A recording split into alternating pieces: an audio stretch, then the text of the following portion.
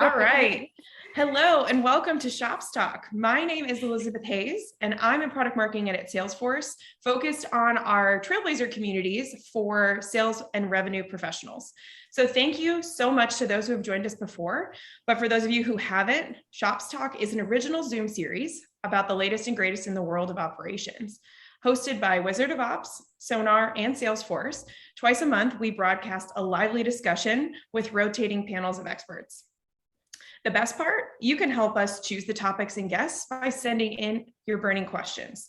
What is operations? Should operation professionals fight for bonuses? What's the best way to handle territory planning? How do I get a job in sales ops? There are no dumb questions and nothing is off the table. So tune in to stay plugged in to what's happening in your industry. So our goal today is to provide you with tips for building real, long-lasting relationships with community members and how to find the right community for you to help you progress in your career. So please, if you have any questions for our panelists during our time today, please feel free to drop them in the chat or the Q&A window, and we'll do our best to get to them. All right, with that, let's get to our main event. We are so excited to have three RevOps rock stars with us on our panel today. So we have Corbett. She's the head of revenue and community operations at RevGenius. We have Jacki Leahy, who's the vice president of operations at Eustace Consulting. And we have Rosalyn Elena, vice president of global revenue operations at Neo4j. So I'm going to let them go ahead and introduce themselves. Asia, would you like to go first? Sure. Thank you. So I am the head of revenue operations and community operations for a community. Funnily enough, I'm so bought into what community is and what it means that I went to go work for a community full time. And before that, I've been in various operational roles, revenue operations, biz operations, for the last 5 or 6 years now. I'm really happy to be here. Love the Salesforce Trailblazer community. That's like where I cut my chops. So this is awesome. All right, Jacki, take it away. Hi, I'm Jacki.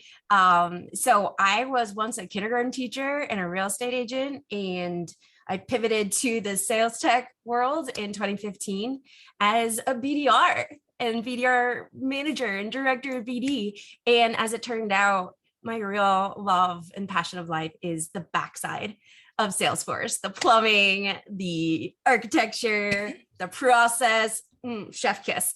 So now I get to do that full time as a Salesforce consultant and even help run the operations of our internal company. All right. Awesome. And Rosalyn, last but not least. Yeah, so I'm Rosalyn Elena, currently VP of Revenue Operations at Neo4j. I am a longtime leader in go-to-market and revenue operations, and really just a huge champion of all things ops. So happy to be here. Yeah, we're happy to have all three of you. Thank you for being here. So we'll start with hopefully what is an easy one. And I know you're all passionate about communities. So how did you find the right community for you and that would help you progress your career? I would say that community as outside of like Salesforce, community didn't really mean much to me in the work sense. I mean, I didn't know about communities. I didn't know that there were communities outside of Trailblazer and Trailhead. And I attended OpsStars last year. And they left their Slack open. So they left that Slack for OpsStars open, and I would just go in there and ask questions. And from that, I think I found Women in Revenue and RevOps Co-op. And so I started finding these Slack groups. And I'm like, okay, there's some sort of revenue operations component. There are people in there who I would like to learn from and connect with. So let me just go in and literally like interact with people. And then Jared actually came to me to join RevGenius, and that was the one that I kind of felt like I fit in with, so much so that I went to work there. So it was a lot of just like exploring around. Yeah. Awesome. Well, I'm glad you found you're like the ultimate community member now. Yeah, right. Jacki or Rosalyn, would you like to go next? Well, the document that prepped us says Rosalyn's next. So Oh, as sorry.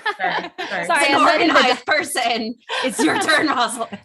that's the ops side of her. I'm like the ad hoc, just go fly by the seat of my pants. I don't even have the talk open. But so when I first became a leader, there were really no communities, right? There's not like the ones that we have today. And what I found to be true about 2 years ago is that there really aren't a lot of resources or content even for operations professionals.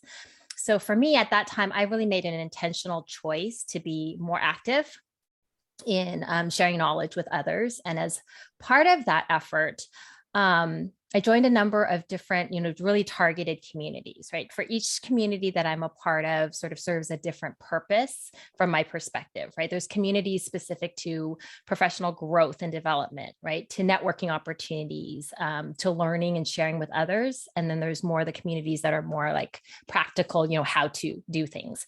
But I think all of them are ones where you can really see the power of community and the impact of really being able to share and learn and lean on others. And my dog's very passionate about it as well. Leave it to you, Jacki. Thank you, Roz.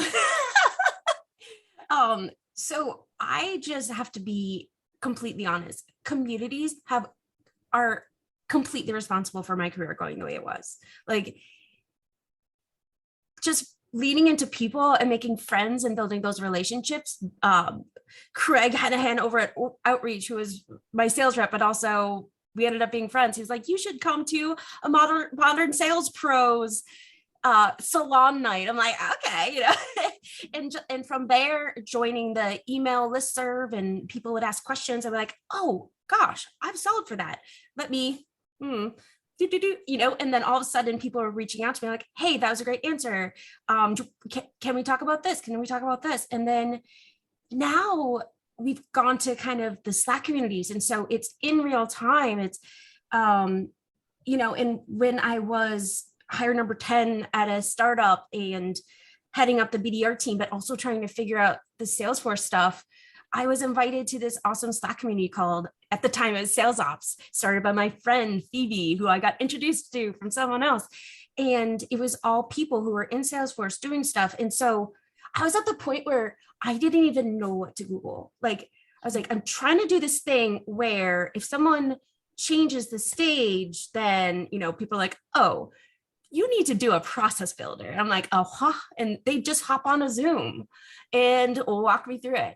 And so just lean into who you resonate with. Like, there's no scientific like formula. It's like, hey, I feel good. I'm gonna lean into this. And then all of a sudden we kind of swarm. The ops people are like, oh, have you heard about this? And then we're over in that Slack community. Now it's Wizard of Ops. And it's like, oh, and we have our threads in this Slack channel and that Slack community and this one. And now I'm in Pavilion, which is like a Slack community on steroids. Like, I just have so much to be grateful for when it comes to communities. And it's such an opportunity to give back and help other people. Like, if I can hop on a Zoom and help you figure out flow, like, yes, sign me right up.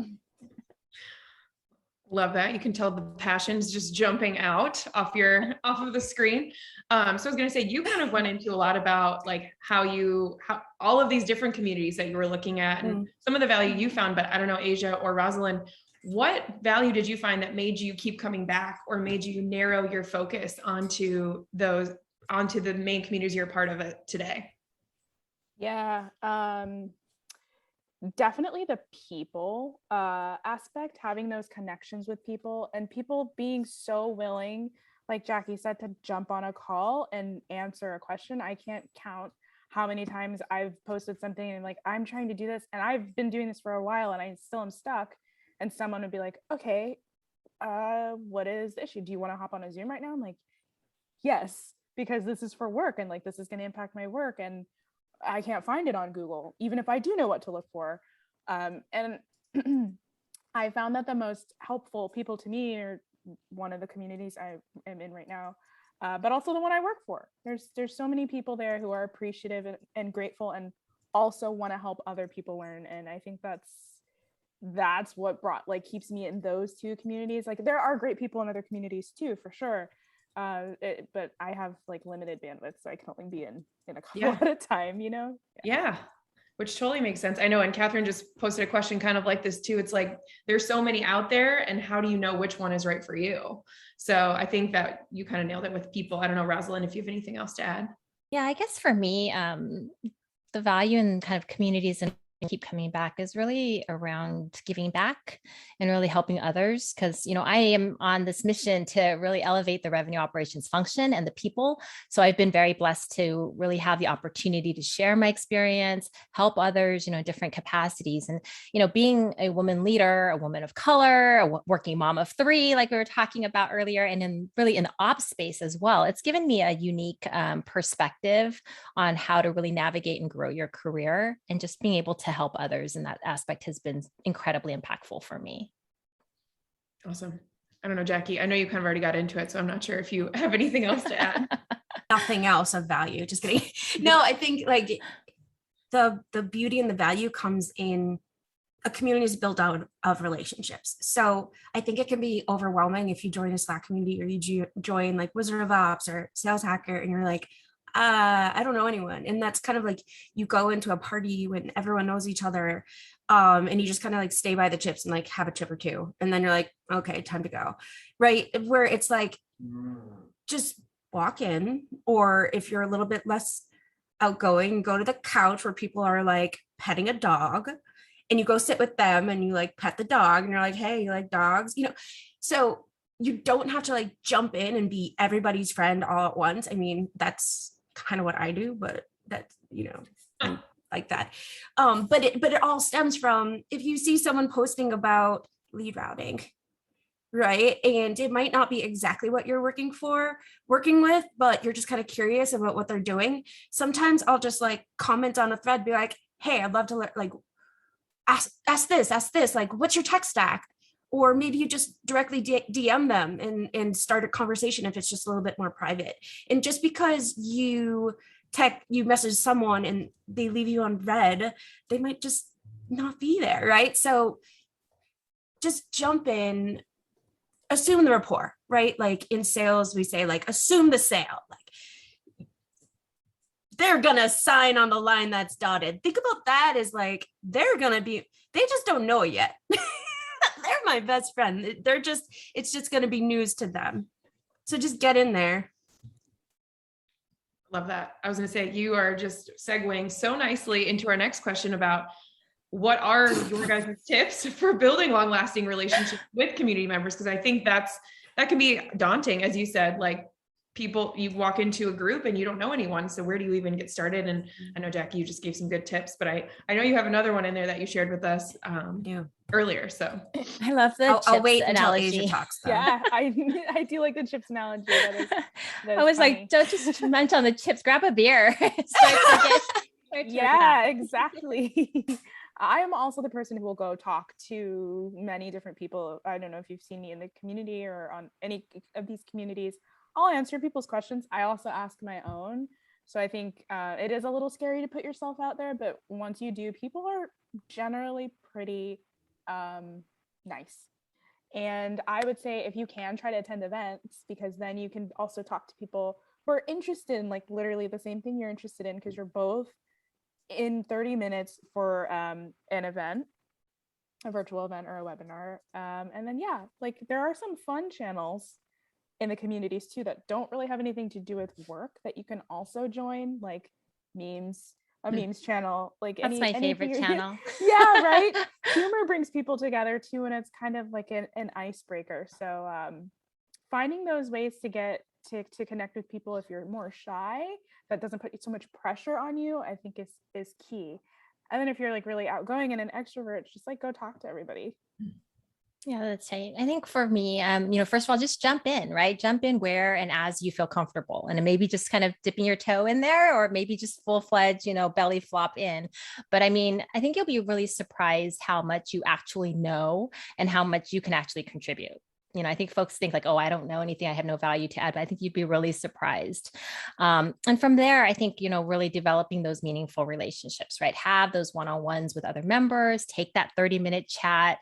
to really get to know someone else and just to explore, right? Explore how you can help each other, and look for maybe people who are in a similar space or similar industry or career, similar stage of their career, or similar companies and such. And I think you'll be really surprised that people are very, very open to helping you, but also to receiving help. Mm-hmm. Totally. And just a little interjection here around, if you have questions for our lovely panelists, please drop them in the chat. We would love to get to them. We would love to provide you with the most relevant information. But kind of building off of what the three of you have been saying, so you've talked a lot about the Slack channels and kind of communications. What are some of the other ways you can get better integrated with some of these communities? What do you want me to take this first? I think around jumping in, right? So similar answer, I think, just around jumping in, right? Like I think Asia mentioned, to attend some events, participate in some discussions, ask questions, right? Volunteer to help others. Like anything else, I mean, I think you really get what you put in. So depending on what you're looking for and what you're really hoping to achieve, you'll want to sort of decide and balance, I think, from there. Yeah, I think that's a good point. What are you looking for in the community? Are you looking for networking? Are you trying to find another job? Are you looking to learn? And then from there, think about like, okay, how do I want to get involved with those things?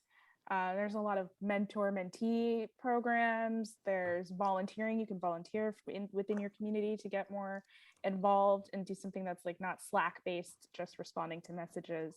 So there's lots of different ways that you can get involved, and that's outside of sending someone a Slack. Also, don't think you don't have something to contribute.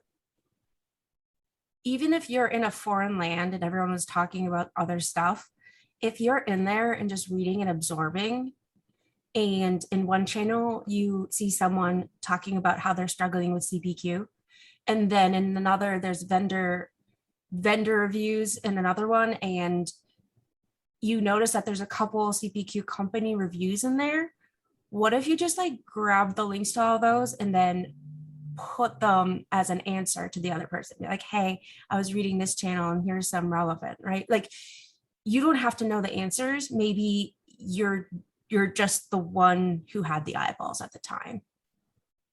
And you know what? Emoji replying to other people is something too. Like, oh, that was funny, or oh, well said. That's contributing to the community. And then once you get to the other side of it, where you actually have a lot of help to give and a heart for service, it's a difficult thing. Like, I want to answer everyone's questions. I want to sit down with everybody. But I also probably have to focus on my job so I don't get fired, right? So one of the things that I like to do is I use Calendly, and I build out a specific calendar for each community that I'm in, and have certain times set aside every week, every month. Like, here, if it's on there, I've committed that time to connect with someone from this community. So that's a great way to like I'm available to you. But also be able to protect my time, my life force. There's always something to give back. There's always something to contribute.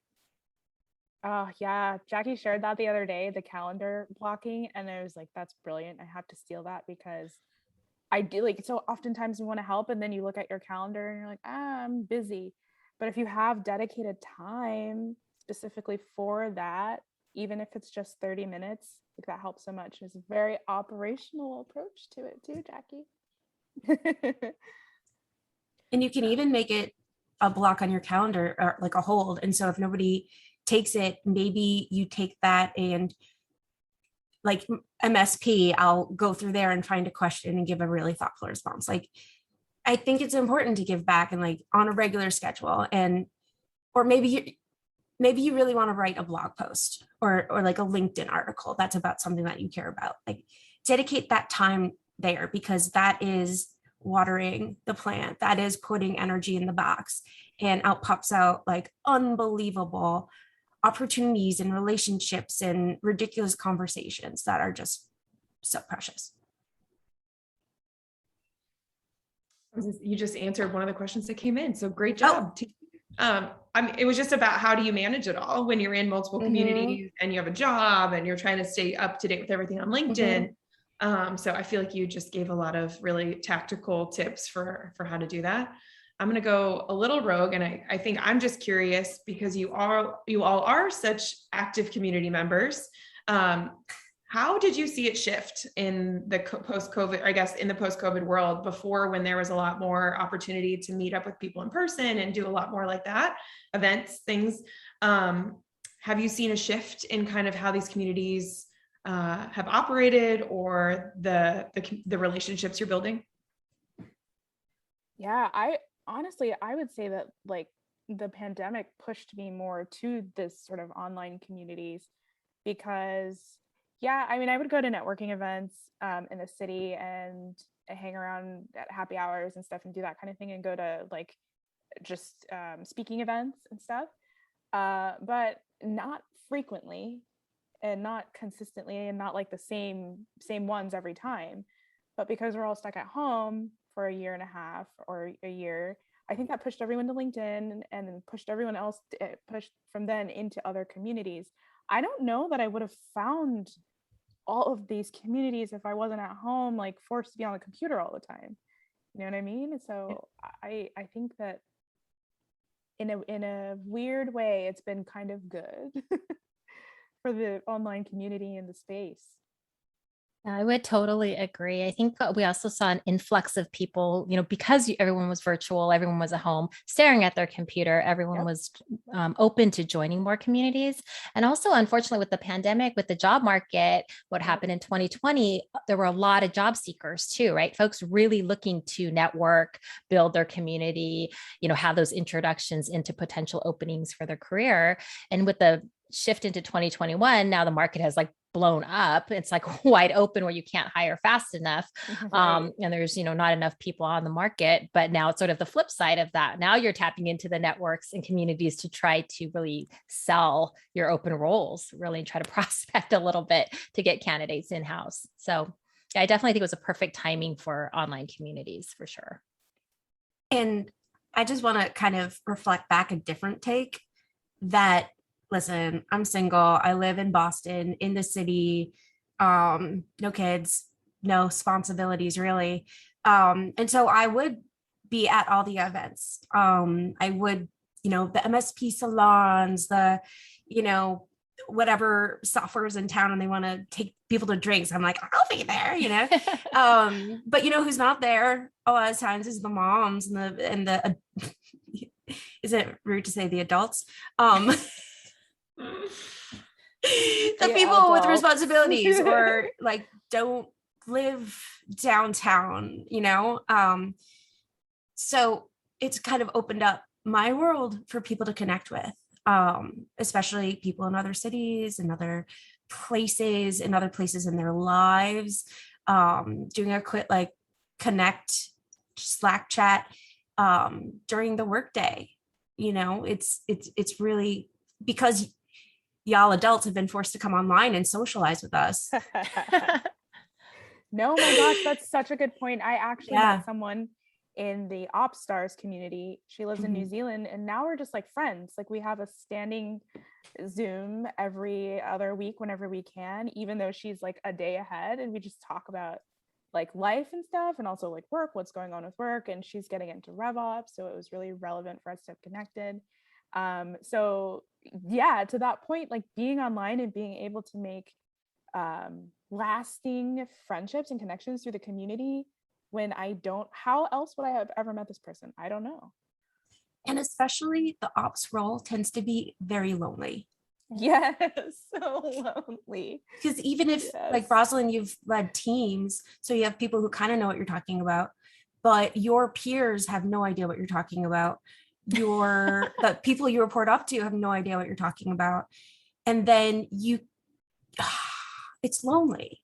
It's lonely, especially if you're a ops team of one somewhere. Like it's a very unique position, and it's deep, a lot of times deeply technical. It's an intersection of like political war games and like technical, right? And it can get pretty lonely and alienating, but we have each other. on the internet. Yeah, that was another thing that I really liked about these communities, or the operations one specifically, is because people get me. I'm like, oh my gosh, someone posted this, they get me. Yes. Oh, I'm not alone. Yes. I started following Rosalyn on LinkedIn and reading her content. I'm like, oh my God, somebody understands me. There's dozens of us. Yeah, right. And you just have to, and then they're all in one place in Slack, and I have access to all these people. I can ask them questions and learn from them. There's a lot of people that I really look up to in these communities. So it's being able to, at least by osmosis in some way, be around and absorb from them is also a huge benefit, and has helped my career so much in the community sense. I was going to say, that's a really positive high note to end on today. Unless anybody has any other questions, I feel like you guys have given some wonderful tips for everybody out there thinking about how to either find the right community, get more involved in the right community, or if they're feeling alone, what to do next. So appreciate all of your insights and for you all being here today and sharing your experiences. So thank you. At home, round of applause for you all. And for those of you on the line, we hope you join us for our next episode. So thank you. Great. Thank you for having me. Yeah. Thanks, everybody.